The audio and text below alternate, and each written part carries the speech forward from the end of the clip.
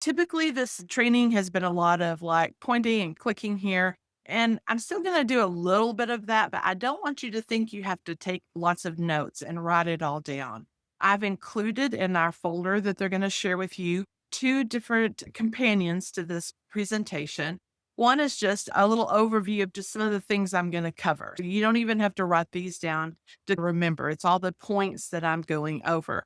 And the other thing is going to be really handy for you. Everything that you can do in Canvas has an associated Canvas guide that comes from Instructure, and they are really good. I curated a collection of them, the things that I'm going to talk about today. I've put a link to its associated guide. In a minute, I'm going to talk about adding your profile picture. You can see if you click on it, it comes up with how do I add my profile picture. There's a video, there's step-by-step instructions with screenshots on exactly how to do it, what your options are, and stuff like that. That way, it really eliminates you having to take notes and try to write down all these steps and remember what's going on. I hope you find those helpful. I'm going to go to my dashboard here and I'm going to start off with what's called the global menu. You see this dark menu on the left. It's called the global menu, and that's because the items on here are typically meant for things across the board, no matter which course. They're not course specific. They're kind of an umbrella tool. For instance, the calendar in the inbox. When you go to the inbox, which is Canvas's internal messaging system, you're going to see all the emails from all your courses. It gives you the ability to filter and stuff and manage them better. But just so you know, that is going to be for all your courses. You don't have an inbox specifically for each one. Same with the calendar. Things are going to be color coded on there based on what course they're coming from, but it allows you to see all the things on one. You can also toggle them off or on if you just want to change your view, but they all have really neat features. And again, the Canvas guides are really good to be able to learn exactly which buttons to click to make things happen on that. I'm going to start off with the top one, which is the account button, because there are a few things. There's a lot of things in here, but just a few things that I would want to know if I was starting out. And the one thing, what I mentioned a while ago, is adding a profile picture. It's really tiny, but it's very helpful. As an instructor, seeing that little picture throughout Canvas gives a lot of humanity to you. They're going, oh, this is a human being, not just someone that's typing, in the course. And one of the biggest advantages of it also is that it shows up in the discussion boards. I always recommend that faculty encourage their students to make sure they have a profile picture as well, because when they're doing discussion boards and talking back and forth, it just really adds to the experience to have that little face there that you begin to recognize and not just the name. Of course, to do that, you go on to the profile link and you can click here. At first, it'll be blank, and you can click on the pencil to add your photo. Again, you've got the Canvas guide to show you exactly how to do that. It does give you the ability to add some more information here, but really there's not many places that a student will see that. It's only if they click on your name on a discussion board post that they'll see it, or if you provide the people a link to them, they can click on it there and see it. But it doesn't substitute for a good old fashioned instructor information page, which we'll look at in just a little bit. The next thing on here that is going to be your best friend to set up right away is notifications. This long list right here, I'm going to scroll, so I hope it doesn't make you dizzy. But you see this whole long list right here. This is every event that happens in Canvas that could trigger a notification. And it thankfully allows you to determine exactly how, when, or if you want to be notified about it. For instance, if for some reason, if you wanted to be notified anytime someone made an assignment submission, which people go, yeah, but if you did, you could go over here and you could set a notification for that particular event. It's going to default. If you're new, you will probably only have one column here, and that's going to be probably your Tarleton email or whatever your default email is in Canvas. And if you want to change that setting, you have 4 choices. When you click on this, you can say, notify me immediately. As soon as someone submits, you're going to get an email. You can say a daily summary at the end of every day. It will give you a summary of all the times that's happened. You can get a weekly summary or you can turn it off altogether. What allows you to really customize what kind of notifications you'll be getting from Canvas. Now, if you notice right here, it says settings for account. That means that these settings are the umbrella settings and will be the default for all of your courses. However, you may be teaching a particular course that for some reason you really need to know something right away, and you don't really need that for your other courses. They do allow you now to choose a particular course. Say, I'm going to just look at, let's see, this one. And now it says settings for this course. Then I can go and I can change those settings however I want, and it will only be effective for that one course. If you have these course level ones chosen, it will override the account level for just that one course only. That is very helpful to keep in mind and to set those. Now, you notice I have a couple of other columns here. I have another email address here that we just used for certain courses that we need that goes to all of the CE consultants here. You can add other email addresses if you use something else that you want to use to monitor things. And if you want, a lot of people boo in live trainings when I say this, you can add your cell phone number to get push notifications if you would like to be notified that way. And you do that by visiting the settings link right here. And you can see there's my email addresses. You can add an additional one, and then nobody write down my cell phone number, but I could get some calls. Who cares? Come on and call me. But anyway, that's my cell phone number in there that you can add to get those a text if you would like to be notified in that way. So that sets up some of that account level stuff that could be important and very helpful for you starting off. Again, you'll see a lot of other things that you can look at here that might be helpful to you, like in the future or with sharing content, things like that. That we're going to worry about next week right now. I'm gonna go back to the dashboard if you are not brand new, or if you are brand new and you have your account and you've been into Canvas, then you know this is your dashboard. This is again where you go, it's gonna list all of your courses. Mine looks crazy. I've got all kinds of things in here, and none of them are really like academic courses. Yours should look a lot neater than mine. But you will have two sections called published courses and down here, unpublished courses. That's how your courses will be set up right now. When it first starts, they will be unpublished until you publish them. And they'll be down here as you work on them and get them ready to open up to students. The neat thing about it, if you haven't played with it yet, you can just drag and drop these around to reorder them to make it a nice workspace for you that's in an order that makes sense and it's useful. You can go in here. You see these little dots, these little colors. Those are the colors that coordinate with the calendar. If I visited the calendar, all of the bright blue ones would be from this course, the purple from this, the yellow, green from that. And you can change that if you like. If you click on it, you can give it another color or put in the hex code for a custom color. And one thing you can do is give it a nickname. And I remember the beginning thinking, big deal. Why would you want to give it a nickname? But the very first semester we had Canvas, I realized why. We have people that teach 6 sections of the same course with the same long name, and the section number is at the end, and it truncates it off. So they all look the same, and they couldn't tell which one was which. You can go in there and say Monday, Wednesday, 1 o'clock, or Tuesday, Thursday, 4 o'clock, or whatever's meaningful to you. So it's a nice little small name than something really long. And the thing is, you're the only one that sees the colors and sees the nicknames and any of that. And the students have the ability to do that too, and the notifications as well. And they can make a nickname and a color, but no one else sees it but them. You can't go look at all the blue things on your calendar because everybody's probably going to have a different color for that. Just be aware of that. Another thing is after courses are over, sometimes they can disappear from your dashboard. And so if you need to go back and look at another course, you can go here to courses and all courses. And it will list all of your old courses here. Now, again, mine's crazy looking.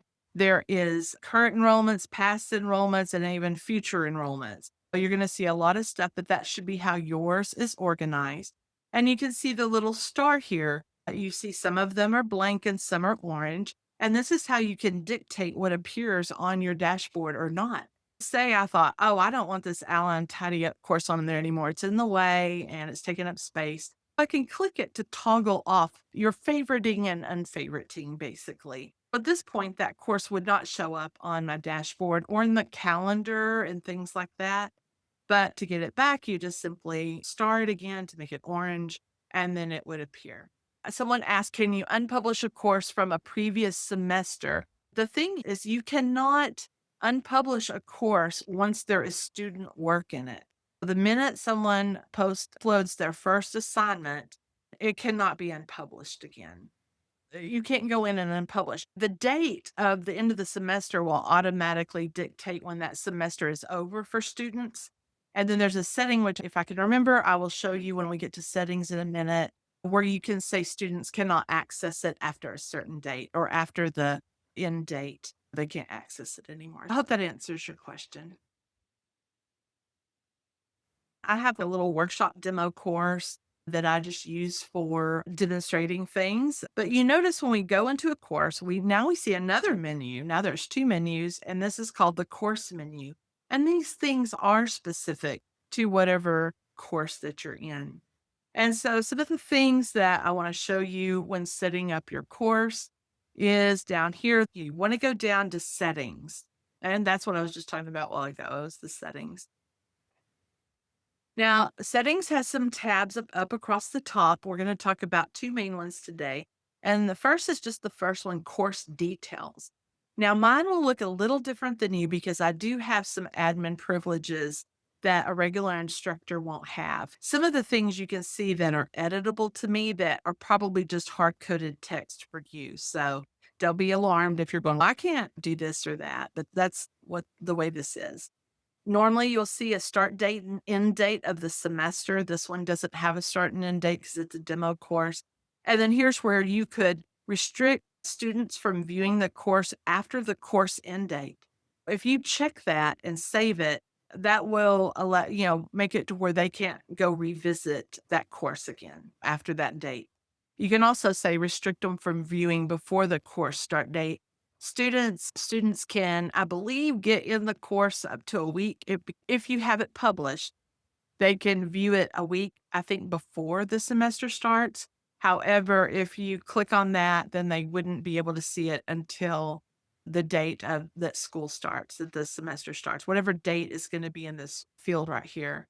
You can also just, if you don't want them to see it, you can just not publish it until you're ready for them to see it, which the first of school.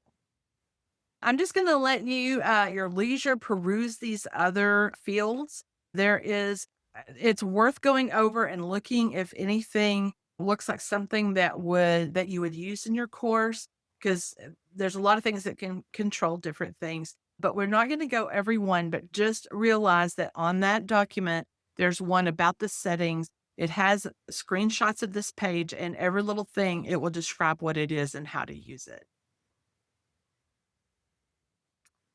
The next setting feature that I really want to go over, because I think it's very important and it's one that gets often forgotten, and that is cleaning up your course menu. You can see this is a lot of stuff here. And when you have the little symbol here with the I with the slash through it, that means that students aren't going to see that. And I have just a blank course that I keep. This is what it defaults with. It's got a lot of stuff on there. Now you'll notice things like announcements, assignments, pages, quizzes, modules. Those have the little eyeball, but it remains that way until you have something in there. This is a blank course. So announcements won't show up until you do your first announcement. Modules won't show up until you have a module. But I'm going to click the view a student. Anytime you want to see what the student is looking at rather than what you're looking at, you can click view a student. And so that's still a lot of stuff here, not to mention when you get the module and assignments and all that stuff up there. And a lot of these are things that are not even going to be relevant to your course. Big blue button, it's something Canvas provided in lieu of Zoom if you didn't have access to Zoom, but here you do, so you would use Zoom instead.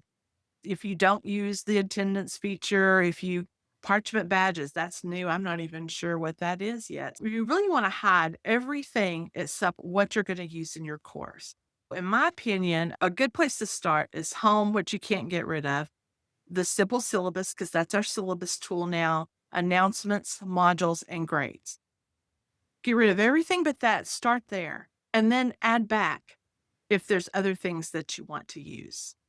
Okay. And I think that's just a good sign. Now, how do we do that? You're asking. I could hear some asking in my head.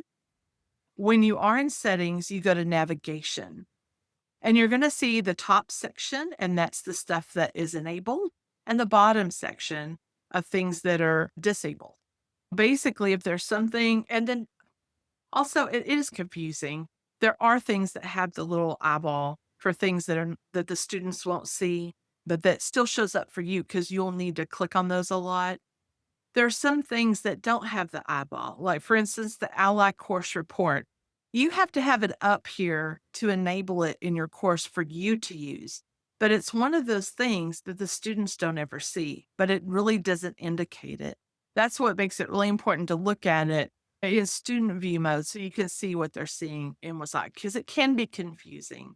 But say there's something here you didn't want to be in there, you can either simply drag it down and let go, drag it down to the bottom, or if there's something you want them to see, you can drag it up to the top and put it wherever you want.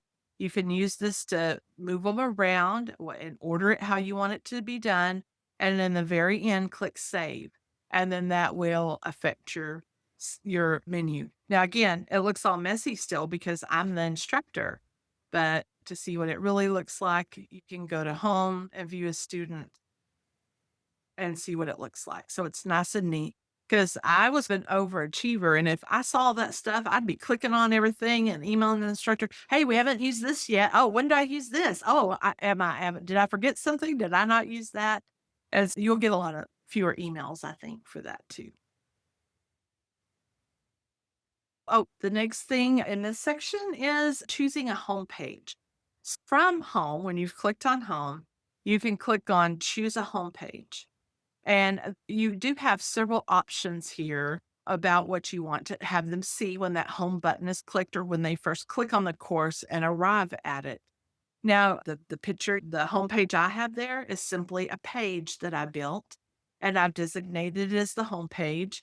You could also choose course modules if you want just to skip a homepage and go directly to the modules, or it lists assignments list. The only use case I would think of for using that is if you had a face-to-face class and they only came here to do their homework. You might consider doing something like that. The syllabus tool is the old syllabus tool, so you do not want to choose that one. And the course activity stream, I don't find it particularly helpful, but you can click it and see what it looks like and see if that's something you would like. In order to choose a front homepage, you have to have already built a homepage and designated it as a front page in Pages, and then it'll show up here and you'll be able to select it and save. Now we're going to move on. That's some of the basic setup that is important. I'm going to move on now to about what do you do now? I've got a lot of content that I need to tell these people and have it available to him. How do I get the content there? The basic content, the basic delivery method or construction method for content is called a page. There's multiple types of items, I guess I call items in Canvas, and you can tell them by the little icons out here. This looks like a little page with a folded corner, and that is called a page. We have this icon right here. It looks like a little blue book to me with a pencil, and that's an assignment. For whatever reason, a rocket ship means a quiz. I don't get the connection, but it's really cute, so I haven't complained much. There's also a paper clip for a file. You can include files and things like that. But so there. But I'm going to go to Pages and show you. First of all, I'll show you what a page kind of looks like. We mentioned about your instructor page. This is simply a page that I made called Instructor Information. I have a picture, I have my contact information, and then whatever you want to maybe share with your students. I have stuff about my education, my professional background. And then if you want to add something real personable, it's just, hey, here's me. I bleed purple. I love cats and traveling. You don't have to include any of that information down there. Really, this part right here is the most important, your contact information and office hours. But whatever you feel is comfortable to share with students is what you can add to that as well. I'm going to go to modules back again. Here's just a mocked up little page that that shows some different items you can add to a page. Because you notice I had pictures and stuff in there. So it's not just about adding text to a page. It's almost the interface, which I'll show you in a moment. It's almost like kind of a Word document or something. You can use it to add text and to format the text, but then you can also add things like images. Here's a video that is embedded right on the page so they can click it and just start watching it. You're not sending them out to a link to go see it in YouTube. They're watching it right in the course. Lots of different bulleted lists. You can bold, italicize, all that stuff. This one is an embedded document. I have a PDF. If I click on it, it's going to open up and allow me to read it right here, browse it, read it. I can download and print it off if I want to. As a student, they'll have that option.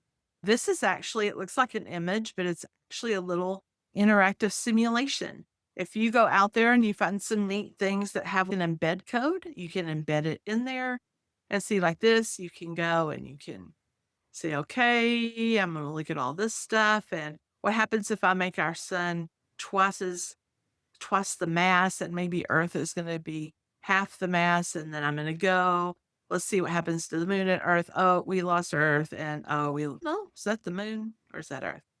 Anyway, it's just a neat thing. They have a lot of things for STEM programs like this, but if you are looking out there at resources and you find something like that, there's a place for you to copy and paste the embed code and embed it right on a page. You can also do external links out to websites, and you can also link within the course as well and do course links. That is so pretend this is a lesson, they finish the lesson. Now go complete this week's assignment, and they can click there and go directly to the assignment.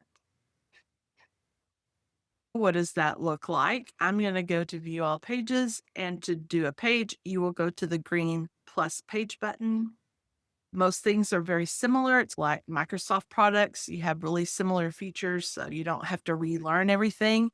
A page is just going to simply ask you for a title.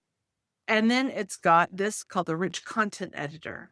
This is where you can add your text, just start typing. You can format it with all these tools that probably look very familiar to you. Here's where you can add an external or a course link. You could add an image, upload a new one or one that's already been uploaded. Here's where you embed it. I embedded that document. You can upload a new document to embed. Canvas Studio is our video platform for you to use. It allows you to make videos, store them, bring them in from YouTube or Vimeo, or upload videos you have created, like maybe on your cell phone or previously, if you have the video files. And it's got a lot of really neat features like video quizzing and analytics and auto captioning that would be very beneficial to you. You can also do some paragraph formatting, add tables. This builds, what do you, equations. You can use it. It's a little library that will build equations. And that's what you click on to paste your embed code in if you want to embed something from the web. HTML, this button right down here will change that to HTML, and you can edit that directly if you're familiar with that. And you can also take this right here and drag it down and resize your page so you can work in a little bit larger area. And that one's very helpful as well. And then you can assign pages. Now allow you to assign pages to specific people if you don't want everyone to see it. And also schedule it out. Maybe you want this page to only be available from a certain time or to a specific time. You can do that as well. Or also schedule when it's published. I'm just going to cancel that, but that just shows you how to get some content. You can do a lot of things and put into a page to build your content. I guess, okay, we're going to go on now to modules because again, pages is one way you can do content. There's other items that you'll be able to add in there. Again, files and things like that, videos, all of that. Now we're going to talk about how to organize and deliver your content. Because if you went to files, and I recommend you never make the files link available to students. If they go to files, this is what it looks like. And would you like to have a class and you go see this and you're going, well, what in the heck am I supposed to do with all of this? To me, that's just data. It's meaningless data. You can't even make sense of it or know what to do. That's why we have modules to organize it. And there's two main ways that you organize your materials with modules. One being you can use it to hold like things. For instance, we always like to start out with a module called Begin Here. And in that, we have a course overview. It's where you talk about whatever you want to talk about your course. I like to think of this as the first day of class when you get up and talk to the class. You don't usually just walk up to the podium and go, chapter one, and just start talking.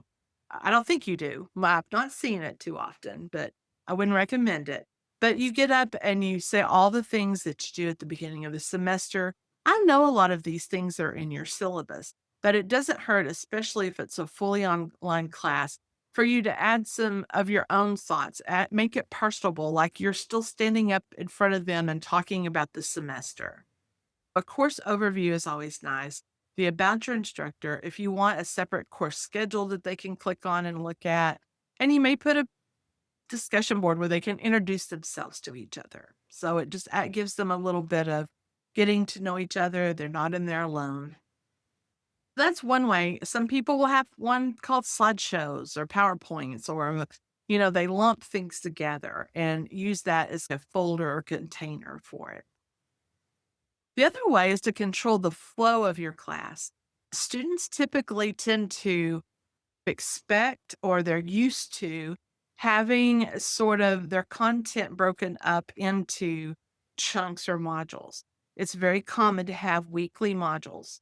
And if I have this one is week one, and I know as a student that I need to address everything in this module in week one. And this one's organized. Here's a weekly overdue and overview and to-do list. There's some content. I've given them a reading assignment. Here's that content that I showed with the gravity and stuff. There's activities and assessments. I'm going to have them write an essay. I'm going to have them do a gravity assignment. There's a couple of quizzes and then a wrap up. You can say, okay, let's revisit your learning objectives for this week. Do you feel comfortable? And then give them like a invitation to ask questions if they need it or contact you. That's how one way to organize it. There are other ways to set up your modules. Some people don't have these little headings in between. As long as it's in there and you think a student could follow the flow of your class, it just needs to make sense to them so they know what to do at any given time in the class, especially for fully online classes. There is a lot of other advanced features I can't go over today, but you could do all kinds of things like put prerequisites and requirements, like maybe they're required to complete a module before the another one opens. You can do dates and schedule them out and all kinds of things. It's really neat. But just know it's nice to organize them like that. Then you might have week two, week three, or unit one, unit two. Just however you want to chunk it up that will be delivered and make sense to the student. Also, while we're here, I'm going to talk about publishing. Okay, I see there is a question about simple syllabus, and I will let you know that I don't know the answer. But I tell you what, Scott January will be doing this session after mine, and it's all on simple syllabus. So I bet he will be able to answer your question. Okay. I know, but we can't get into that right now. Okay, next thing. Oh, publishing. Over here, you see a lot of green dots and light green dots, and I don't have any that aren't. Let's see. I'm going to turn a few of these off so you'll see that some that are not. The little circle with the X's. Canvas lets you control the viewing and accessing the material in Canvas. In other words, you can choose when you want to make those items available to the student manually. It's called publishing. It's kind of a hierarchical process because you have three levels. You have the item level. See, every one of these items, every page, every assignment, whatever, has its own state of being published or unpublished. Then you have the module level. You see, the module can be published or unpublished. And at the top, you have the course level. Your course is not published when you get it. And you don't publish it till you have everything ready to go. You hit publish, and then the students won't even see the course listed. Once you hit publish, they'll be able to see it. But then you can also control which things they see inside here. Maybe you only have week 1 and 2 ready to go. Publish them. Don't publish weeks 3 through 16. You can have that opportunity to work on it as the semester goes by if you don't have everything ready. Just know also that the items, if they are included inside of a module, will inherit that module's privileges. For instance, I have this here. If I click student view right now, they would see this module and they would see these things right here. They would not see these things at all. But what if I did this? Okay, so now the module's not published, but these items are still published. If I click student view right now, you would not see any of this stuff. And if somehow you had the direct link to this right here, you could click on it and it would go there and it would say, this item is part of a module that is not published and you do not have access. Just know, make sure that when your stuff is ready to go, you go, oh, I got week 1 done. You could say publish module in all items, or it gives you several choices. But when you publish, oh, okay. Oh, I think it's because I had some prerequisites in there. I was demonstrating it. Now it's all published and the students will be able to see. Sometimes people forget to do that. And then the students are all going, hey, I can't see anything. And you're going, oh, that's because I didn't publish it. So that's important to know as well. Okay, moving on. Now we're going to talk about the activities and assessments. Again, I'm going to rely heavily on the Canvas guides that you're going to have access to. I just want to, just for my info, how do students access Canvas? When they access Canvas by going to they can access it from going for the home, Charlton homepage. They go log in and Canvas, and they'll click that to log in. And that's how they log into Canvas. Okay. Alrighty. The main types of activities that we have in Canvas are assignments, discussions, and quizzes. Okay. And I'm going to take you to the assignments page.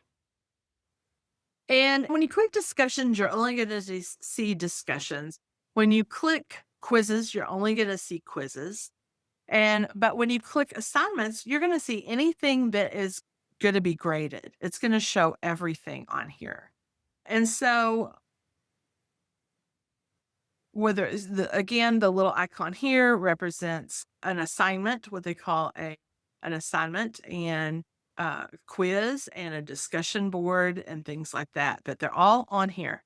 You will see these little gray areas. You can see they're grouped together, and it almost looks like modules itself. So people have made that mistake and thought these were what modules were. But these are called assignment groups.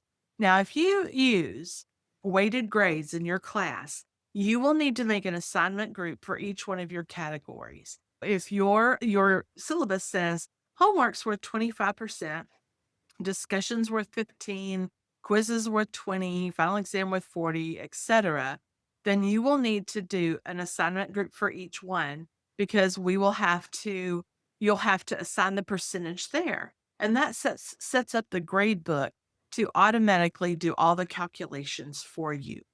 If you just use accumulated points where you say, everything's worth a certain number of points and you just add them up throughout the semester, then actually you don't have to have the separate assignment groups.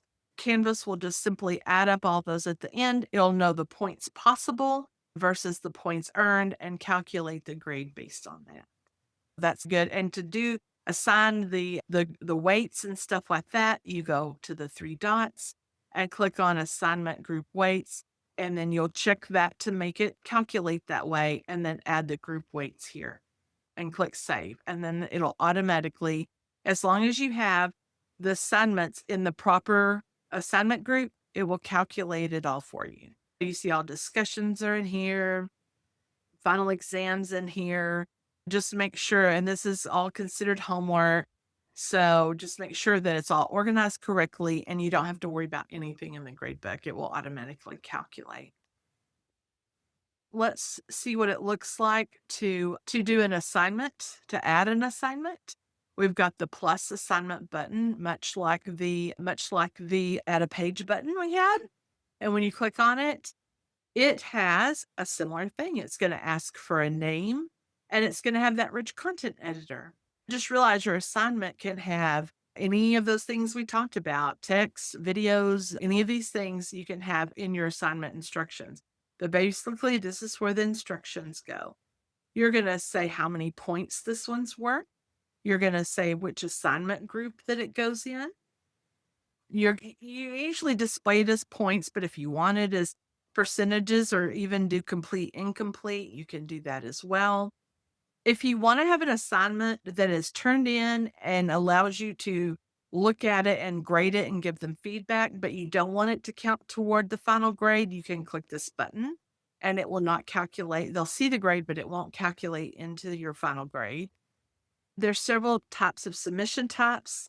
If you are in class and you are going to just have an activity that they turn in physically or participate in class, you have to have an assignment to have the column in the grade book, but you will say no submission. This way, Canvas isn't looking for them to turn something in, but it will have the column in the grade book where you can manually enter in a grade. You can make group assignments. There's also peer review component to it. If you want to use it, look that up and read all about that. It can be very helpful, especially getting peer reviews on papers, rough drafts of papers and things. And then you come to the assign to box and you'll see this all over Canvas as well. It defaults to everyone. You can put in a due date. So this is when you expect that to be turned in, a due date and time. Anything after that due date and time will be considered late or missing. Then you say, when do I want this to be available? I don't want them to do this assignment until the third month of classes. I don't want them to be able to do it when I first get in there. You can you can set the available from time here, and that's when the students will be able to access it. And then if you only want them to be able to, if you don't accept late work or whatever, you can make the until time the same as the due date. And that way they would not be able to submit anything late. Or if you want it to disappear after a certain date, you can do that and take it away. If you have someone that you have all this set up and someone says, can I please have 2 more days? I had this catastrophic thing happen. Then you can go up here and you can see people's names, but you don't want to just change it to this and get rid of that, because then that if it essentially assigns this assignment only to Grace Hopper and not in no one else. You leave the everyone there and you go down here and you add an assign to box down here. And here's where you would choose, say, Grace Hopper, and give her own due dates and stuff, whatever you're agreeing to let her do. And you notice up here, it changes to everyone else. That's one of the big mistakes people often make, is changing this to one person instead of adding an additional one for a specific person. Okay. So once you get all that set up, it will create the assignment. Also, the other submission types you have online, you can choose a text entry, which would be the text entry would give them the rich content editor, a website URL. Student annotations is where you can upload an image and have them write on it. And then file uploads is where you would say upload a Word document or PDF or something like that with your work on it. Again, there's some more choices here you could look at, but that's kind of the nuts and bolts of an assignment.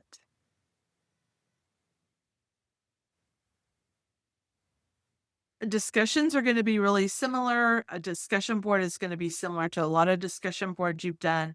It's going to want a title, and here's where your prompt and instructions go. The same kind of thing. If you want it to be a graded discussion, you click that, and then you're going to be able to have the same kind of due dates and points and things like that. I'm going to let you just peruse that on your own, but that's a bolts of making a discussion very similar interface. It's just look at all the choices, and the guide will tell you what all of those choices mean to help you build that. And then, of course, there's quizzes. And I want to show you real quick an example of a quiz. I think I've got this one right here. I'm going to preview it so you can see the different types of questions you can ask. Of course, there's the regular multiple choice.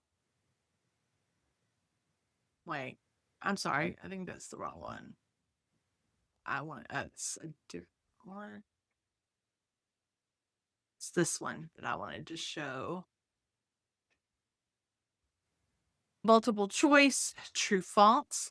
Fill in the blank where they just type in there. Fill in multiple blanks.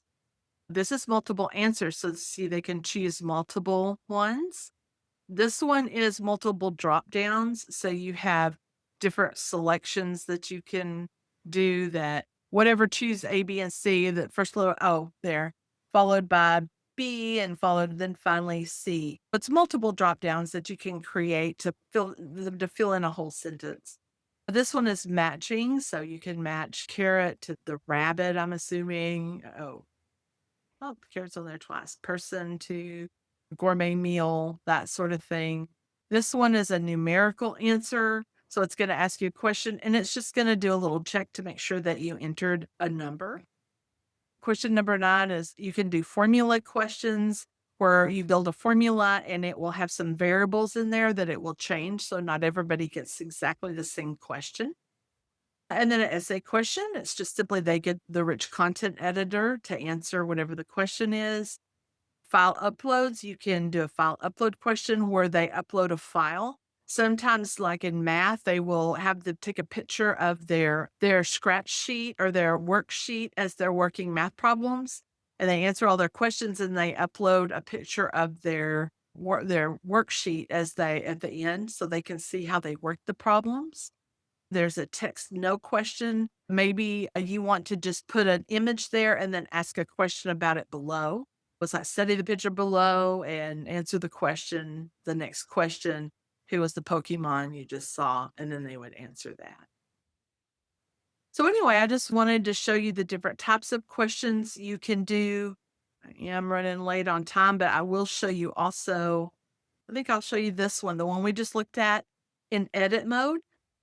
When you go to create a quiz, again, it looks very similar. It needs a title. It needs some instructions, whatever you want to say. They will see the instructions before the quiz begins.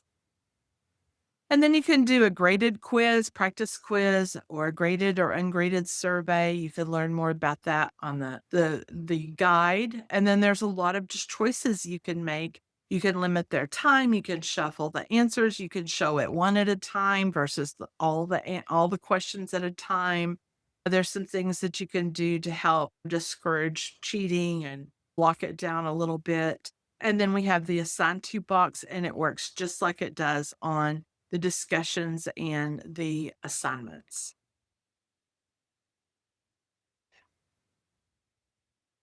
I am going to cover just one other thing really quick before I take some quick questions. And I just want to go over when it's time for you to grade, there's a program called Speed Grader. And this is an assignment that I have an example assignment. And pretend I have submissions and I'm ready to grade. Over here, and you can get to it from the grade book as well. You click on Speed Grader.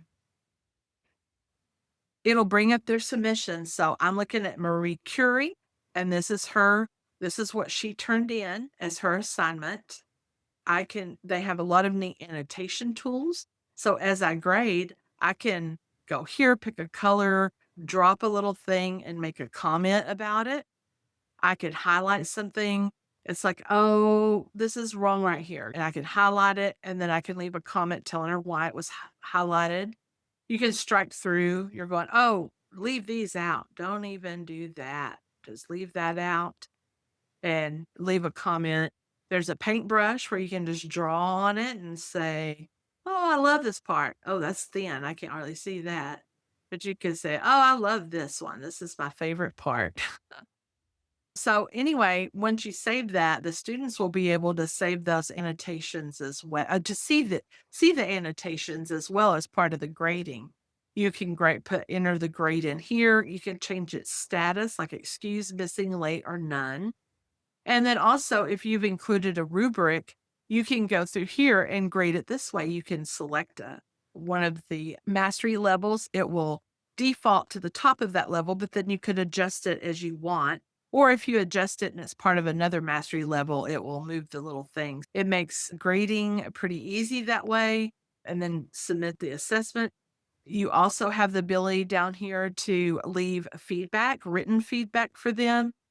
You can upload a file if you maybe want to show them like an exemplar, or maybe you've done something in a file you want to share with them.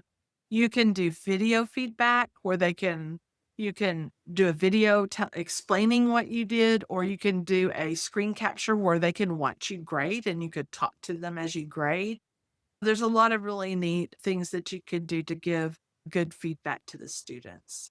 And then when you're ready, you can go to the next person and the next person and next person. And it makes grading pretty easy and seamless that way. That's about all I have time as far as me talking. Are there any quick questions that I can answer? What do we have here? Now, Mr. Liu asked, how do we make the useless tabs unseen again? Can you show them how to do that real quick again? Sure. You go to settings and navigation. And if it's something you don't want them to see, you can either click here and say disable and it'll put it down there, or you can just take it and drag it down to the bottom and let go. But just be sure at the end you go and click that save button. Because if you navigate away, it'll lose what you just did and you'll have to do it again. But just click on save and then that will rearrange and if you just want to rearrange, maybe you want modules up here and you want this up here, whatever, and click save, it will rearrange them. Mr. Adamson wants to know if you could show how to use the Canvas check-in attendance system. I guess that's quickly. Yes, I don't think we're going to be able to go over that in the time that we have left, but you will if you're going to use that. Let's see. You would go to settings. Let me see. They haven't changed it since I looked at it last. Let's see. You can always make an appointment with one of us or do a drop in at the CEE. We're at the back of the library and our entrance is across from the Fine Arts Building.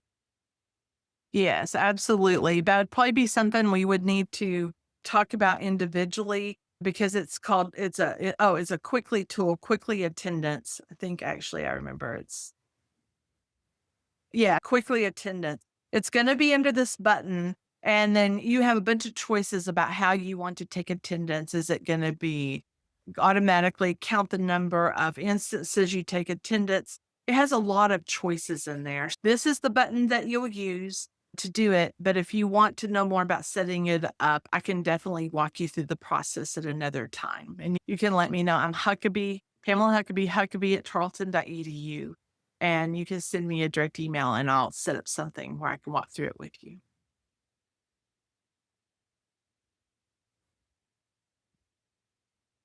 And I just popped a real quick question in there, and it's about how to add images to a person's files, only because I learned how to do that yesterday. Do you mean just directly to the files or something you're working on right then? I was trying to add images into a page, and I didn't have any saved images. Okay. If you hold on, let me go to a page. Where's page?